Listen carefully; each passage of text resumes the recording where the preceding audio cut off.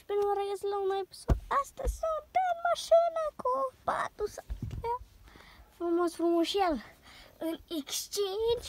Azi o să filmez tot ce fac. Efectiv o să mor. O să mor, efectiv. Aici dorm eu, acolo dorme tata și cam așa stau eu. Da. Așa stau eu.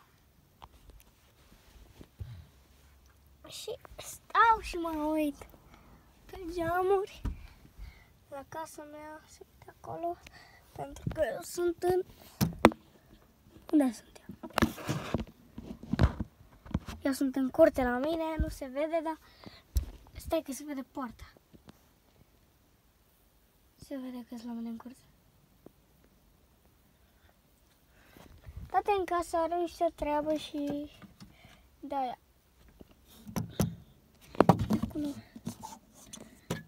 prinsă. Și acolo este lumina prinsă la baie. Și acolo este. Și acolo. Aia e strada cealaltă, unde vedeți pe cola. Și atât. O să dorm aici. Revenim cu update-uri. Pa, pa!